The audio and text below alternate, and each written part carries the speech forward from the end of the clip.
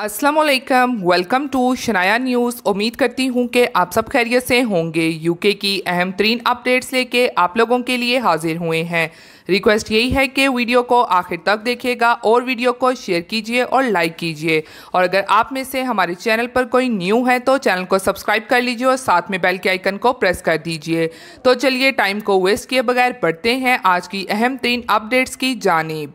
UK की अहम update को आपके साथ शेयर करेंगे जो कि यूके में मौजूद ऐसे इलीगल इमिग्रेंट्स के लिए काफ़ी अहम है, जो कि काफ़ी देर से अमनेस्टी के ओपन होने का इंतज़ार कर रहे थे। और अब इस अमनेस्टी के हवाले से पार्लियामेंट में डिबेट को लेकर अहम न्यूज़ आपके साथ शेयर करेंगे।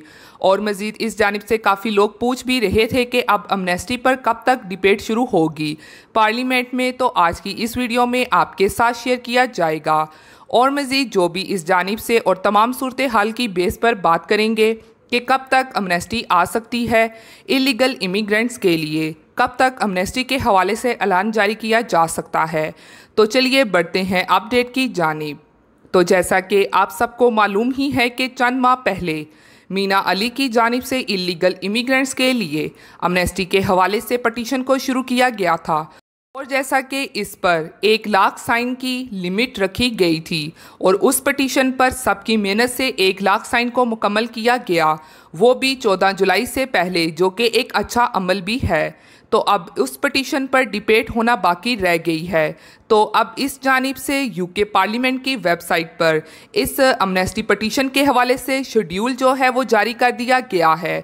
पार्लियामेंट में आने वाले दिनों में अब इन 30 पटिशन्स पर डिबेट की जाएगी, जबकि उस शेड्यूल के मुताबिक ये जो अमनेस्टी पटिशन का शेड्यूल है वो 29 नंबर पर आ रहा है। मगर वाज़िया रहे कि फाइनली अब पार्लियामेंट की डिबेट में अमनेस्टी पटिशन भी शामिल हो चुकी है, जिस पर डिबेट की जाएगी, जो कि हम सब का मेन मकसद इस पटिशन को मुकम्मल करने का यही था कि इस अमनेस्टी पटिशन पर पार्लियामेंट में डिबेट की जाए। तो अब यूके पार्लियामेंट की वेबसाइट में इस अमनेस्टी पटिशन को भी इन 30 डिबेट्स में शामिल कर दिया जा चुका है।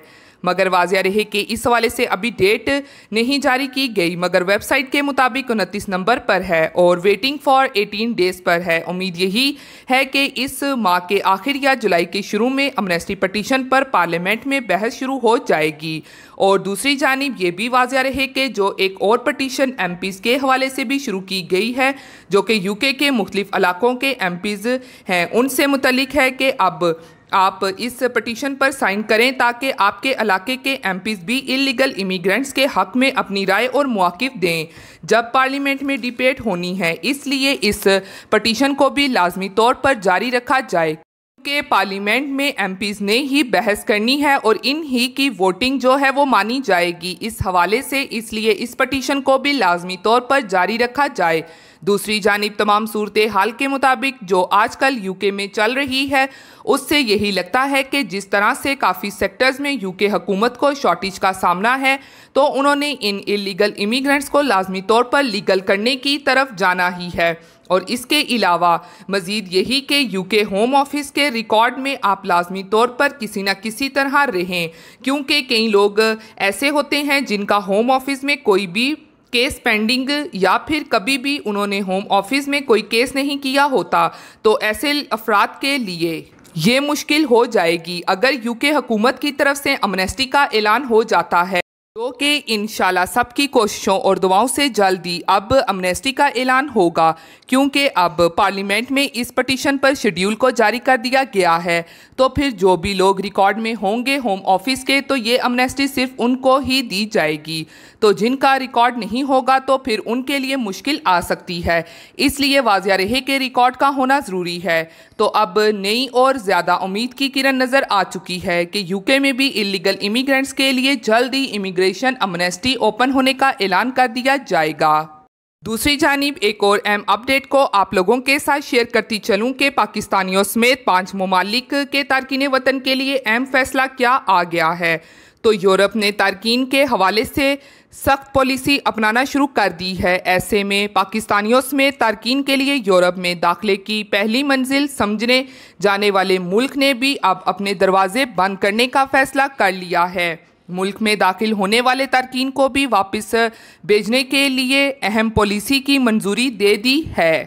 तफसीलात के मुताबिक यूरोप में दाखिले के लिए पाकिस्तानियों समेत तारकीन वतन के लिए तुर्की से यूनान का रूट सबसे ज़्यादा इस्तेमाल किया जाता है और तुर्की से यूनान दाखिल होने के बाद ही बेशतर तारकीन आगे का रुख करते आए हैं। ताहम अब यूरोप भर में तारकीन को रोकने के लिए सख्त पॉलिसी नाफज करने की लहर चल रही है। ऐसे में डेनमार्क पहले ही अपने दरवाजे तारकीन वतन के लिए मुस्तकिल बंद करने का ऐलान कर चुका है।